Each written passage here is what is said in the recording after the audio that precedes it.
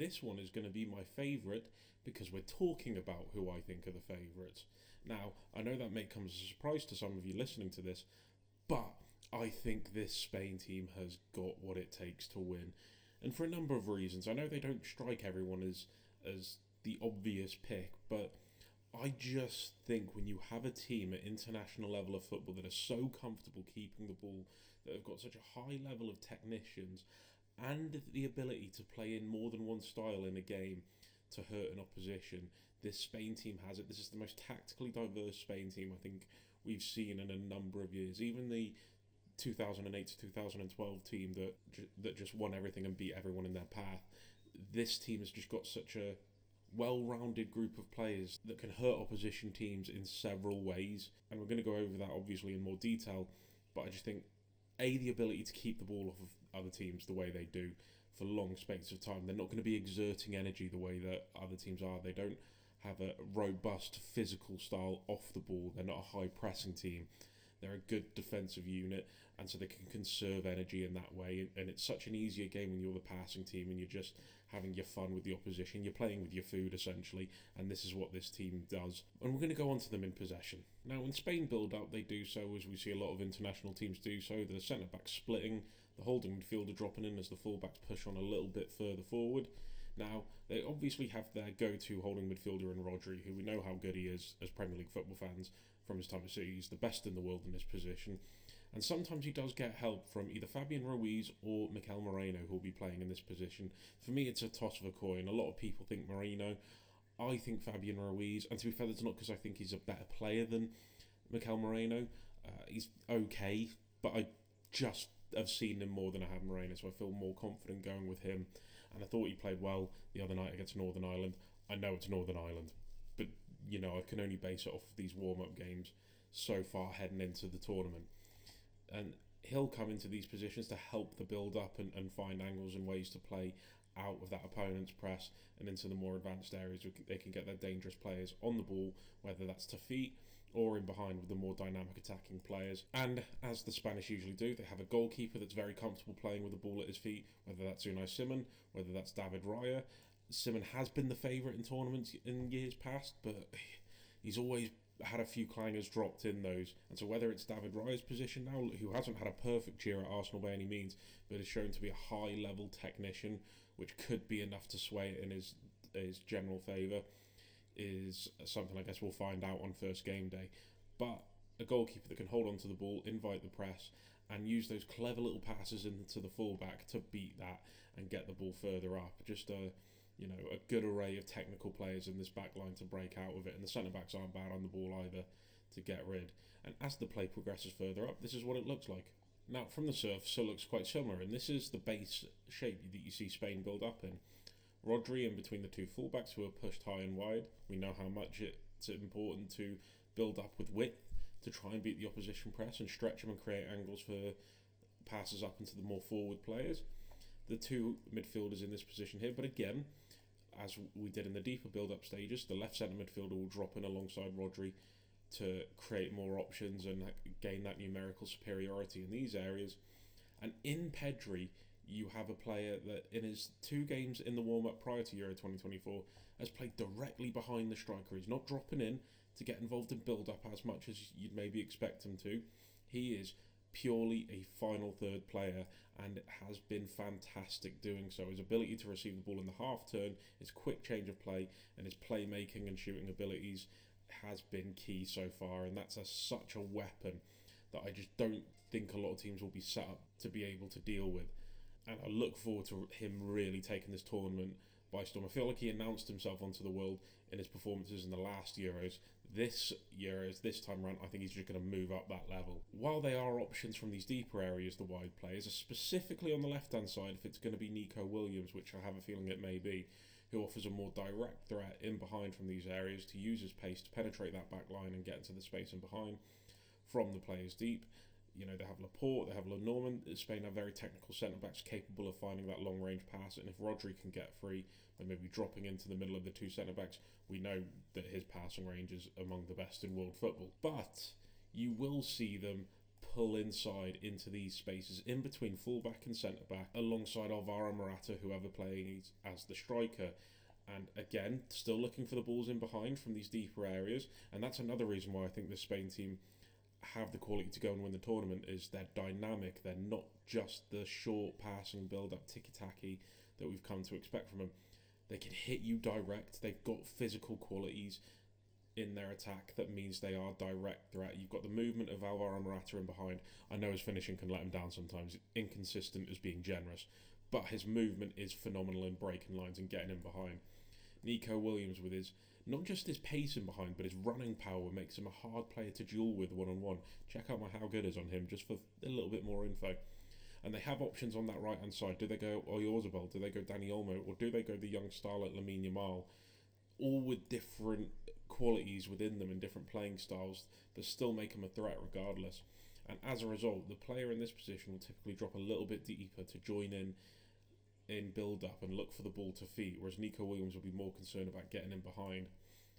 But with Pedri, I'll just say it's Lamine Yamal just for the sake of simplicity, they have two unbelievable attacking threats in between the lines, and because of the direct running of these two, it pushes the defensive line back to give these more attacking players space in between the lines. And we saw it for I think it was the first Spain goal against Northern Ireland the other night, when that space was created by the direct movement of those two. Pedri receiving it, taking it on the half turn, bang, into the bottom corner from range.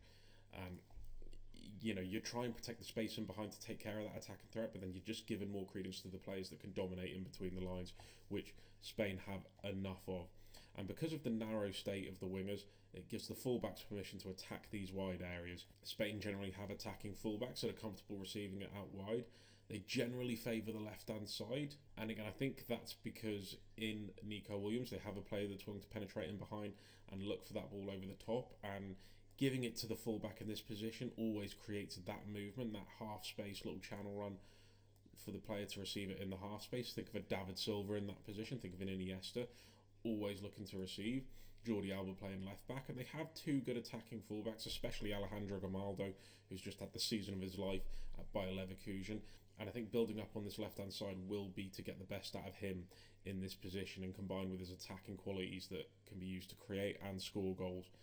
But if they can't progress down that side, as we know, Spain are a fantastic positional play side, so they will try and create openings if the defence has dropped narrow. I'll just drop this midfield in now. Nico Williams passing it out to here to Cucurella or to Grimaldo to then move into this position, while this guy moves in, hopefully pulling a marker with him that can then create that space in behind for the left centre midfielder Fabian Ruiz to come in and try and attack that space for the ball from the inverted left back. So the basics of positional play, in Spain do it better than anyone else on an international level.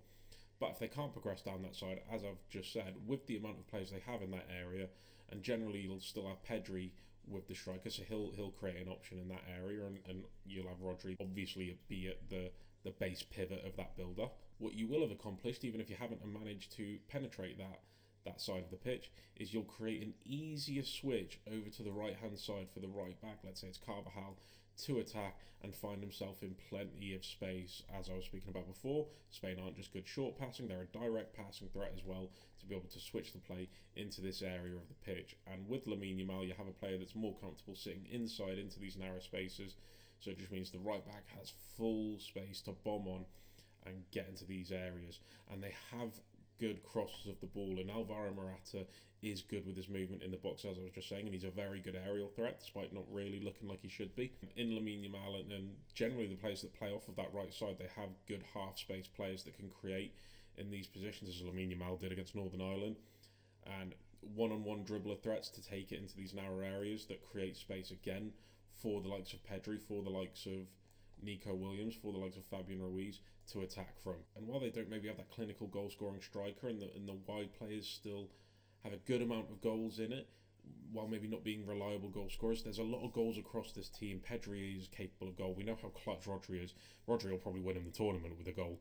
that's just the type of player he is, really. There's just different strings to their bow. But that's them in possession. I feel like I've covered every bit of their attacking threat in the possession, in the varied ways that they can hurt teams and win games. Let's go on to their defensive shape. So Spain aren't necessarily a high pressing team. They'll mark in a more zonal aspect in these areas. They won't go too far wide either.